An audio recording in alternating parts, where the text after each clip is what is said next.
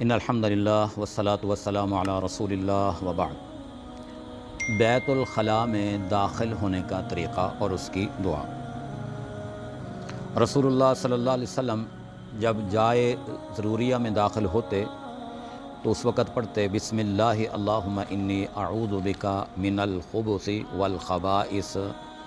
اللہ کا نام لے کر میں داخل ہوتا ہوں، اے اللہ میں پناہ میں آتا ہوں آپ کی ناپاک جنوں اور جننیوں سے۔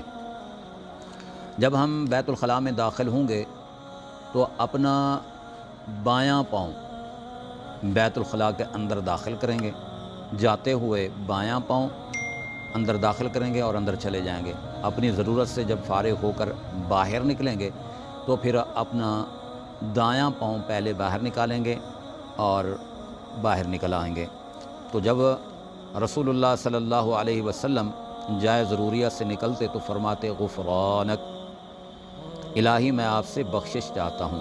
حضرت عائشہ رضی اللہ عنہا ارشاد فرماتی ہیں کہ رسول اللہ صلی اللہ علیہ وسلم جب جائے ضروریہ سے نکلتے تو فرماتے غفرانک، الہی میں آپ سے بخشش چاہتا ہوں۔ حضرت انس رضی اللہ عنہ سے روایت ہے کہ نبی کریم صلی اللہ علیہ وسلم جب جائے ضروریہ سے باہر تشریف لاتے تو یہ دعا پڑھتے الحمدللہ الذی اذھب عنی الاذی وعافانی۔ حمد کے لائق ہے اللہ جس نے دور کیا مجھ سے دکھ اور آرام بخشا مجھے۔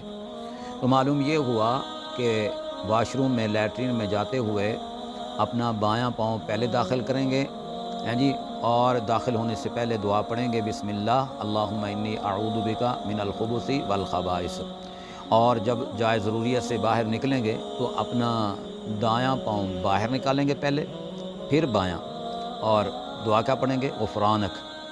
جب ہم باہر آ جائیں گے تو پھر کیا پڑھنا ہے جی الحمدللہ الذی اذھب عنی الاذی وعافانی۔ یہ دعا ہمیں یاد کر لینی چاہیے، تو اللہ تعالی ہمیں انشاءاللہ جنوں سے اور جننیوں سے محفوظ فرمائے گا۔